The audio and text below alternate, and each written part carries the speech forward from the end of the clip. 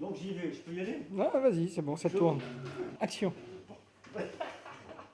Il est moche ou pas? Mais non, elle est pas moche. Si, il est moche. Bon ben Vincent, en fait, finalement, pour lui travailler, ça doit être une peinture qui est dans le mouvement, parce que pour l'instant, Vincent restait assis, tranquille, ou rester devant sa toile un long moment, pour lui c'est compliqué, et il doit être dans le mouvement. Donc c'est tout le temps des allées, des venues, c'est perpétuel. Et au final, ça fait que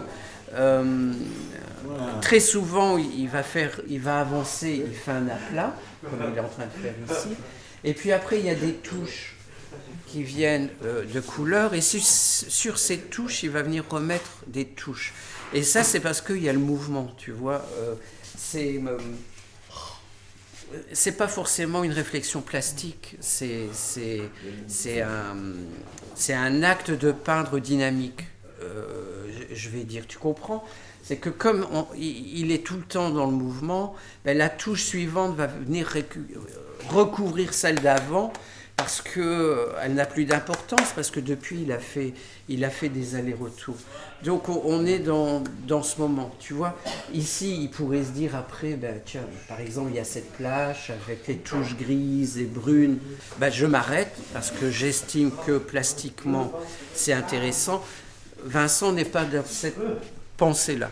En fait, après, quand il va revenir sur certains éléments, il va venir les recouvrir parce que c'est pas qu'il a oublié, mais ça n'a plus d'importance et il passe à la tâche suivante, quoi. Tu vois, et au final, ça donne à son travail une grande poésie. Hein.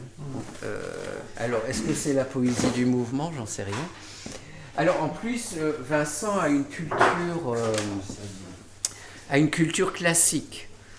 Donc comme en musique, il joue du piano et il va jouer des sonates et des choses comme ça, mais en peinture, sa culture est classique aussi. Donc il va pouvoir partir de Van Eyck, de Van der Weyden, tous des artistes classiques qui ont souvent travaillé la Madone, des scènes religieuses, et que Vincent va venir retravailler à sa manière après.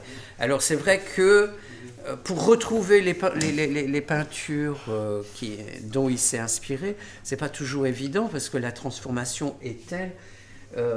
En fait, c'est pas ça qui l'intéresse, quoi. C'est pas la peinture de l'artiste qui l'intéresse, c'est une base de travail qui va lui permettre d'avancer. Et tu sais que l'image n'arrive pas à suivre. J'ai pas.